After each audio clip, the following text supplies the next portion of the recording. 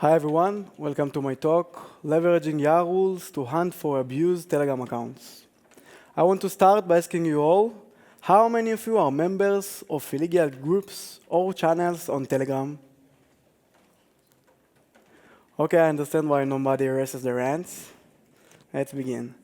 In my research, I found that almost 50% of the Telegram accounts that I checked abused the platform in one way or the other. Let's start by telling you the 6 takeaways for my talk. The first thing is that I will show you how you can use IoT global search engine for your own purpose. In my case, I use it to hunt for abused Telegram accounts. The second thing is that you will understand how to leverage Yara rules to hunt anything you want, and not only malware.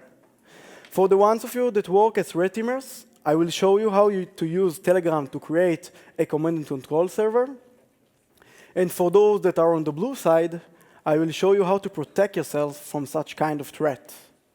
And one last thing, I hope you will get ideas for your next talk, just like happened to me. I'm Asaf, the head of research of Aprozper. Aprozper is an IoT global search engine which protects companies' assets by scanning all of the global internet on a daily basis. To perform that research, I had to take advantage of Aprozper's data. I am passionate about helping the community, especially with Yara rules. You can find some of my created rules on the official GitHub of Yara rules. I'm the creator of the known tool Coffee Shot, which I was presented at Black at USA 2018.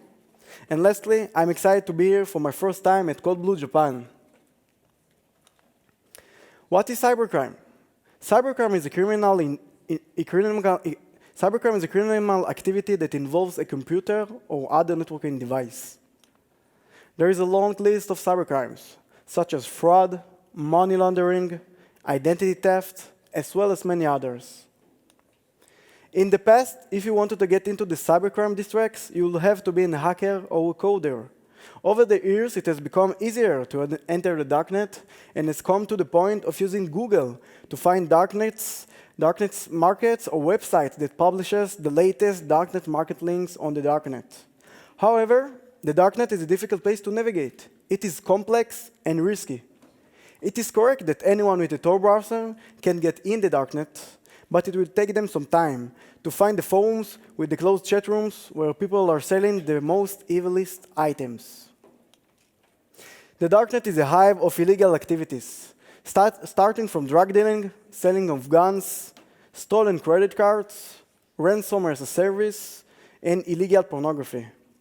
Buyers and sellers use this medium to trade and exchange both knowledge and products. This is, of course, until the long arm of the law comes in and shuts them down.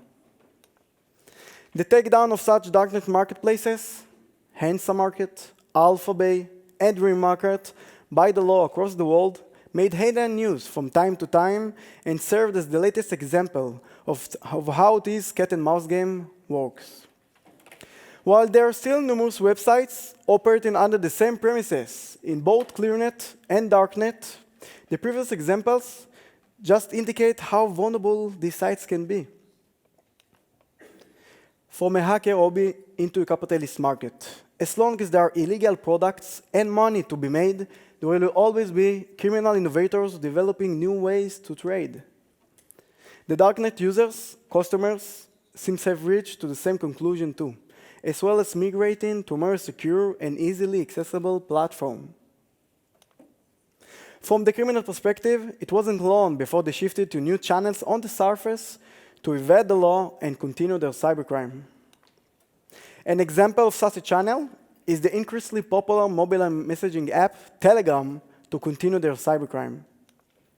In my research, I found that Telegram has become a popular tool for delivering cybercrime. So let's dive into the presentation and understand why Telegram becomes so popular for cybercrime. Telegram itself launched in 2013, and it's an encrypted instant messaging application with 200 million active users monthly.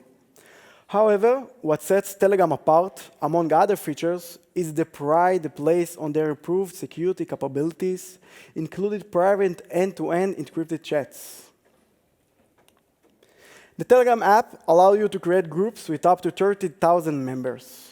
Groups can be best described as closed chat rooms in which all members can read, comment, and post. In my research, I found this is the place where cybercriminals advertise, connect, and share knowledge and compromise information, just like what happens in the closed dark web forums. Telegram also has a nice feature called channels that can be used to broadcast messages to an unlimited number of subscribers, and their entire messaging history can be viewed. Attackers mainly use Telegram channels to advertise fraud services and products. Another thing is that by using Telegram, you have the option to share files of nearly any type.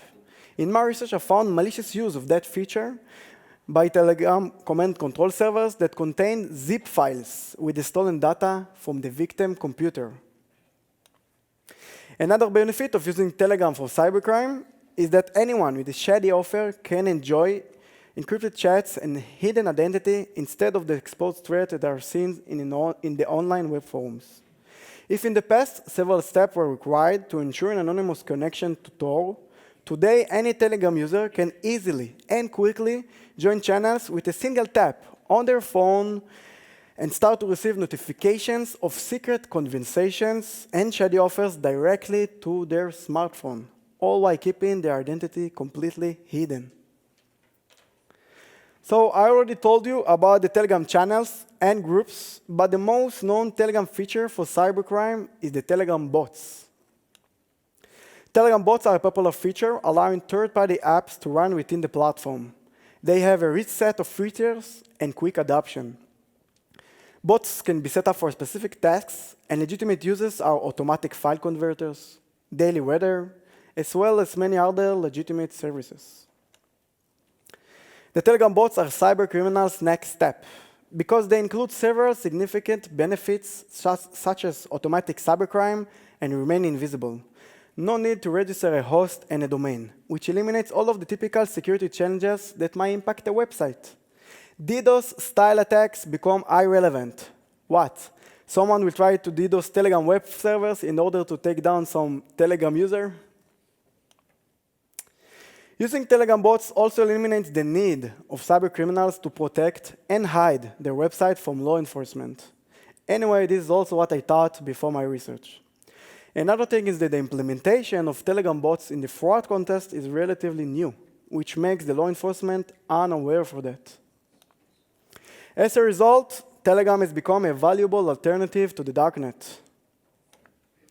In my research, I found that malware that uses Telegram as a command and control server uses the Telegram bot API for sending commands and communication. The following link is an example of the bot API request that's used by malware in the wild. As you can see, the request contains the bot API token, which is built from the API key and API hash, and there is also the getMe function, which is colored in blue. I will explain the purpose of the getMe function in the next few slides. The latest malware, which uses Telegram bots as a command control server, called Mossad Stealer. The Mossad Stealer is sold as off-the-shelf malware and advertised in underground hacking forums and dedicated Telegram groups. It is a stealer malware capable of stealing browser data, including saved credentials, login forums, and credit card information. They even have support groups on Telegram in English and Russian. The Mossad Stealer sends all the information it collects and also receives commands from a Telegram bot that's controlled by the attacker. This is a screenshot of the malicious pickup that I captured using Burp. As you can see, the request contains the bot API token and the getMe function, as I explained to you before. In that case, the getMe function is used to verify that the command and the control server is up and ready to get the stolen data from the victim computer. If it will be up, the response from the command control server will contain the bot details, which looks like that and contains the bot ID, first name, and username. Once the Mossad Stealer makes sure the command control server is up, it will use the send document Telegram API function to send a zip file with the stolen data from the victim computer. As you can see, there is the zip file with the file name. There are also already frameworks to create Telegram command control channel for your malware and can be found on GitHub and Google. This one is called Brain Damage, and it's written in Python. You can scan the barcode if you want for the link for the framework, for direct link for the framework. This is another framework for Telegram command control channel, and as you can understand by its name, it's written in C#. You can also scan the barcode if you want for the link.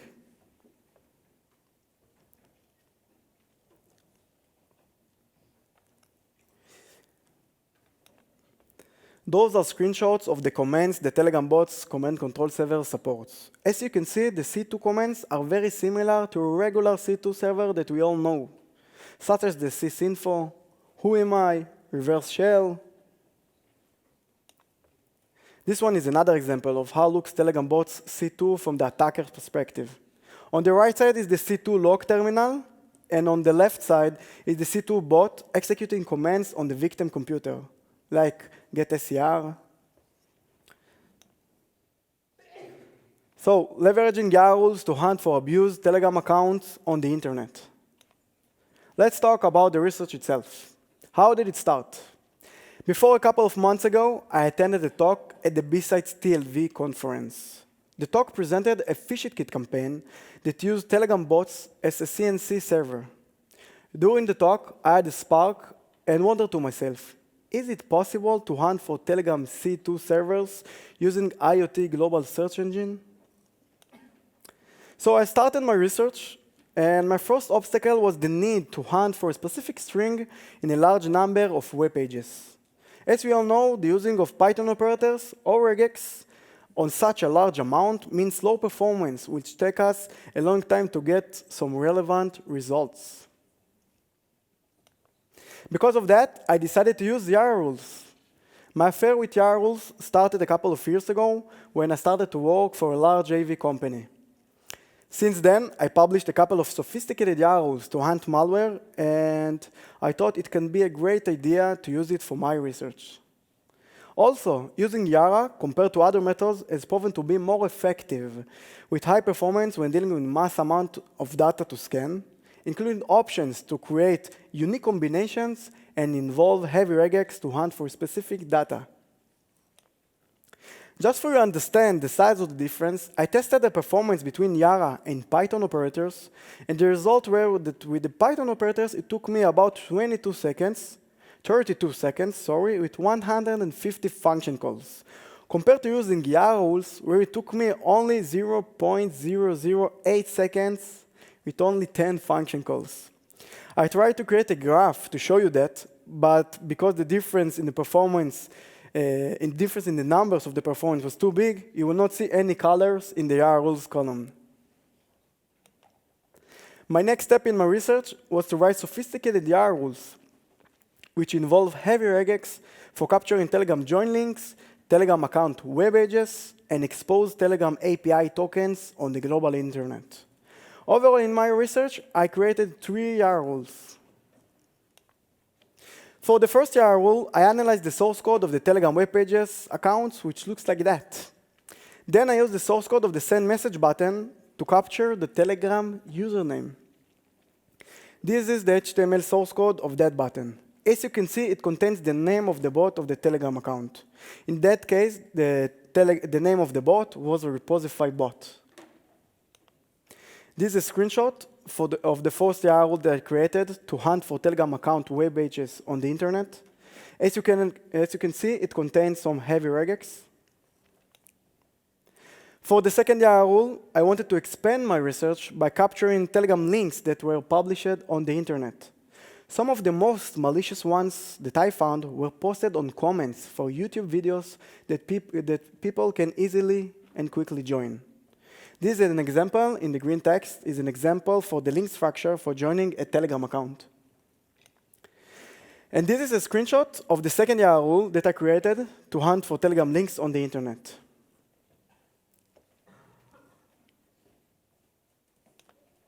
As I explained a few slides ago, malware that uses Telegram as C2, command control server, uses the Telegram API function for communication. The following link is an example for that HTTP API request. I was very curious if I could capture such as exposed Telegram API on the global internet. So for that purpose, I created my third and last Yara rule. And here is it, my third Yara rule to hunt for exposed Telegram APIs on the internet. Don't worry, in the end of my talk, I will present a link to my GitHub where those Yara rules will be published.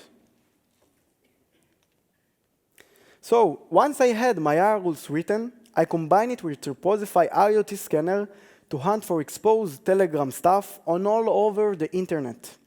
I stopped the scanner after a couple of minutes because the list was big enough for my research.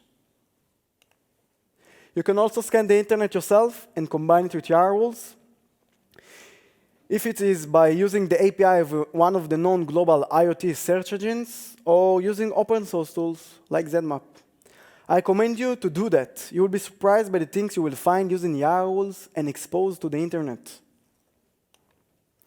Following getting an output list of a long list that contains Telegram accounts, I started my next step in my research by utilizing Telethon. Telethon is a Python 3 library to interact with Telegram API as a user or through a bot account, and publicly available on GitHub. You can scan the barcode if you want for the link. So let's stop for a minute and take a look at the steps that involved in my research until now and how it worked. The first step was to create and leverage the Yara rules to hunt for Telegram web pages, links, and APIs that expose to the internet. Step 2, scan the internet with my Yara rules. Step 3, gain an output list of Telegram usernames. Step 4, using Telethon to divide those usernames into groups, channels, bots, and users. At this point, I ran into another obstacle that I was blocked by Telegram because of API limit. At this point, I ran into another obstacle that I was blocked by Telegram because of API limit. Sorry.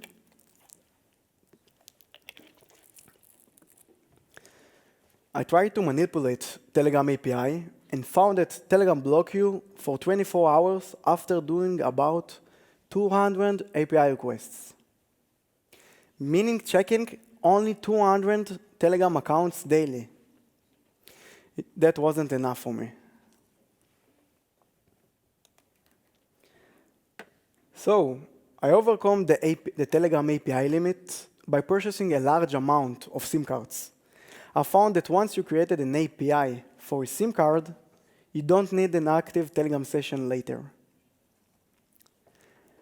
Meaning that you can create a config file with Telegram APIs, and when it will get an API limit exception, the script will continue by using the next API from the config file that you created. After overcoming the API limit, I insert to my POC code some suspicious identifiers based on Telegram command and control open source frameworks and for malware in the wild that I found which uses Telegram as command control server. The following screenshot is the result. It contains multiple languages such as Arabic, Persian, English, and Russian.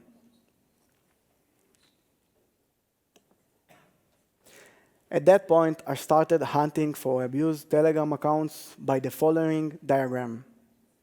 Using one of the many features that Telethon has, I was able to discover whether some Telegram account is a bot, channel, group, or regular user and take action accordingly. In one case, where I identified a group or a channel, I used Telethon again to iterate on all over the history messages and capture those who are matched to one of the suspicious identifiers that I insert earlier. In another case, where I identified the account as a bot, I utilized Telethon to send message commands such as start and help to the bot, analyze the output, and capture those who are matched to one of the suspicious identifiers that I insert earlier. At the end of my talk, if you will have time, I will show you what happened when at the beginning of my research, I accidentally detected regular users as a bot. It will be funny. This is a screenshot of my POC tool in action. As you can see, I started by connected with some SIM card. Then it tested the first Telegram account in the list, sent him message commands, and waited 30 seconds before it analyzed its response. In that case, it discovered a malicious bot. In testing number 2, the tool detected a malicious channel or group by searching for one of the malicious identifiers that I insert earlier in its history messages. In my research, I found Telecom Bots that leverage the app to perform malicious functions, starting from command control servers and progress to create a bot that help users tailor and order their perfect woman for a night based on the options they chose, like hair, weight, and area. I also found black market channels and some closed hacking groups. Here you can see a screenshot of the Mossad Stealer that uses Telegram as a C2 server and got hunted by my script.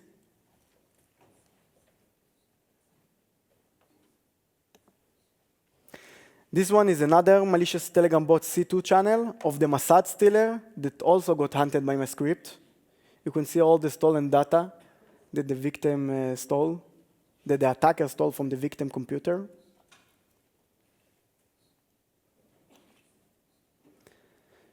And here is another malware which uses Telegram as command control server and looks like another variant of the Mossad Stealer.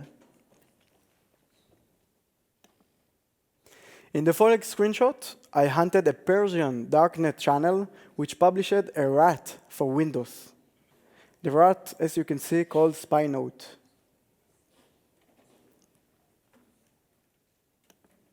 This one is an automatic bot for buying stolen credit cards and has already been deleted.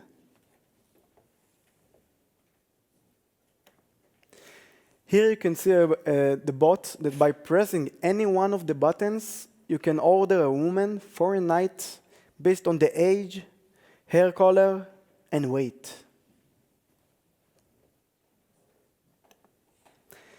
This is a bot for ordering drugs to your home, just like what happens in the darknet. So we already talked about how I used my 2 Yara rules to capture Telegram links and accounts on the internet. However, I didn't talk yet about the results for my 3rd Yara rule that I created, hunt for exposed Telegram APIs on the internet.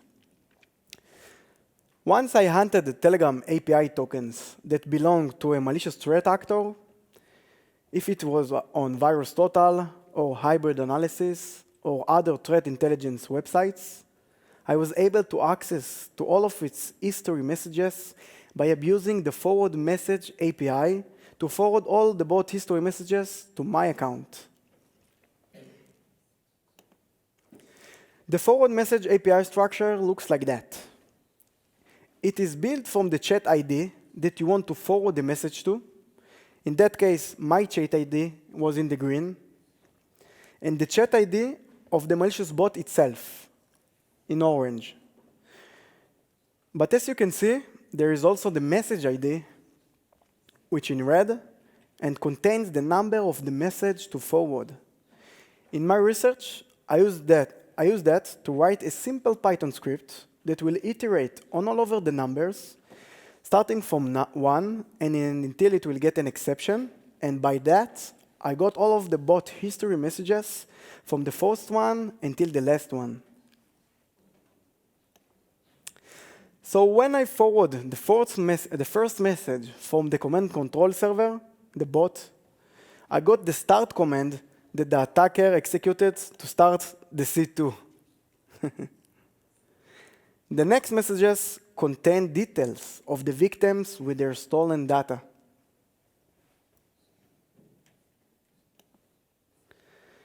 In order to protect your organization from malware that uses Telegram as a command control server and find its way out of your network, I recommend you to block the domain address api.telegram.com. telecom.org on your firewall or in your other networking security systems, so the stolen data will not reach to the command control server.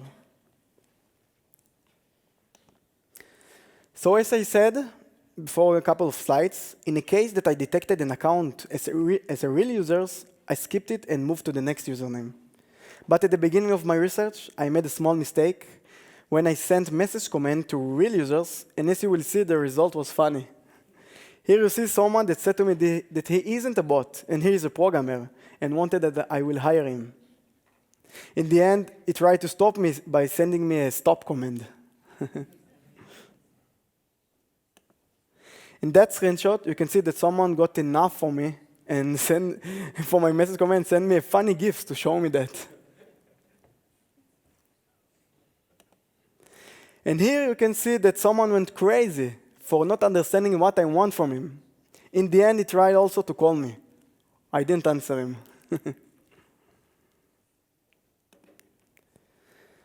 So, taking out the trash. Cybercriminals that leverage Telegram for conducting cybercrime it's not necessarily new. As I speak, my script is hunting for more varieties of cybercrime on different types of Telegram accounts. It doesn't matter if it's a bot, channel, or group. Everything is taken into account.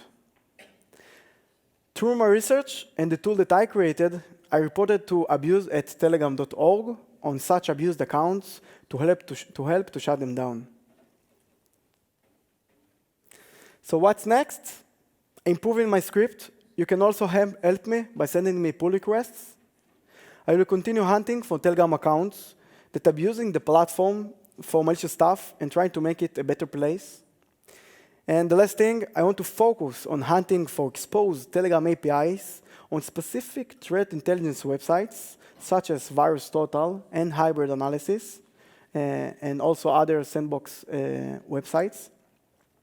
Because I found in my research that this way I had more chances to hunt for Telegram C2 servers.